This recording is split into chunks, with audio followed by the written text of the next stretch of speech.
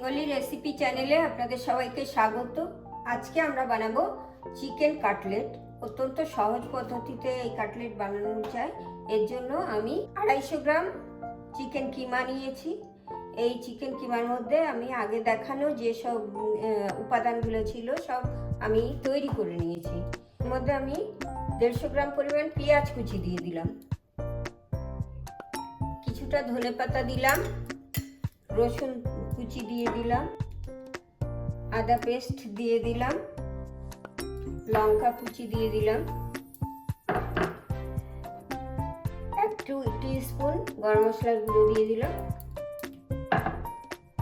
1 teaspoon লঙ্কা গুঁড়ো দিয়ে দিলাম। আর আমরা এই স্ম্যাশ করে রাখা আলুটা এর সঙ্গে মিশিয়ে নেব। 1 টিস্পুন নুন দিলাম।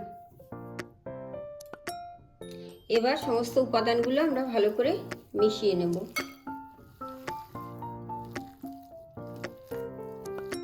আমরা মূল উপাদানগুলো ভালো করে মিলিয়ে নিয়েছি। এবার আমরা এটাকে একটা গোল গোল শেপ করে নেব।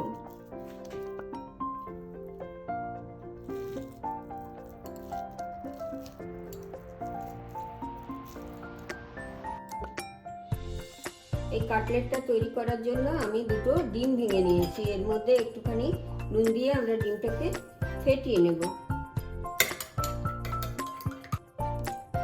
এবারে আমরা এই গোল গোল করে রাখা উপাদানটা আমরা ব্রেড ক্যাম্পের মধ্যে বানিয়ে নেব। এটা গোল আকৃতির বানাচ্ছি আমি। আপনারা চাইলে এটা বরফি কিংবা চৌকোনা বানাতে পারেন।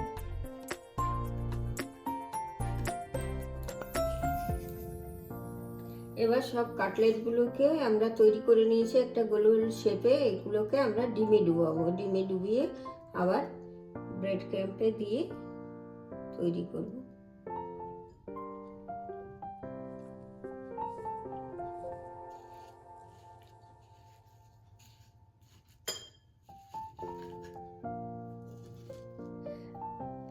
দেখুন আমরা এইভাবে সব কাটলেটগুলো তৈরি করে নিয়েছি। এবার আমরা এই কাটলেটগুলোকে তেলে ভেজে নেব। কাটলেটগুলো ভাজার জন্য আমরা একটা ফ্রাইং প্যান বসিয়েছি, মাঝারি আছে। ফ্রাইং প্যান গরম করে নিয়েছি। আমরা এবার 2 টেবিল স্পুন পরিমাণে তেল দিয়ে দিলাম।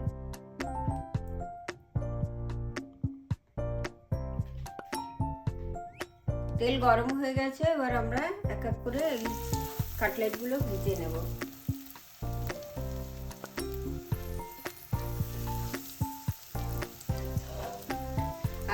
আপনারা যদি অয়েল ফ্রি খেতে চান তো এই অবস্থাতেই আপনারা এগুলো এয়ার ফ্রায়ারে করে নিতে পারেন।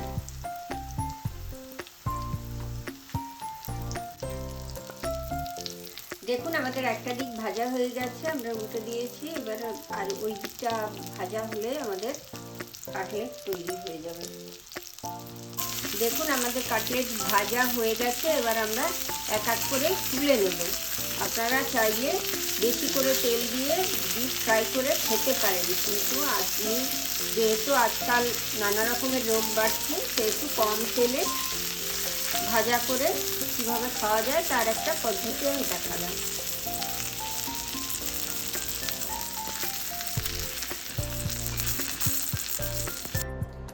সবগুলো কাটলেট আমাদের ভাজা হয়ে গেছে।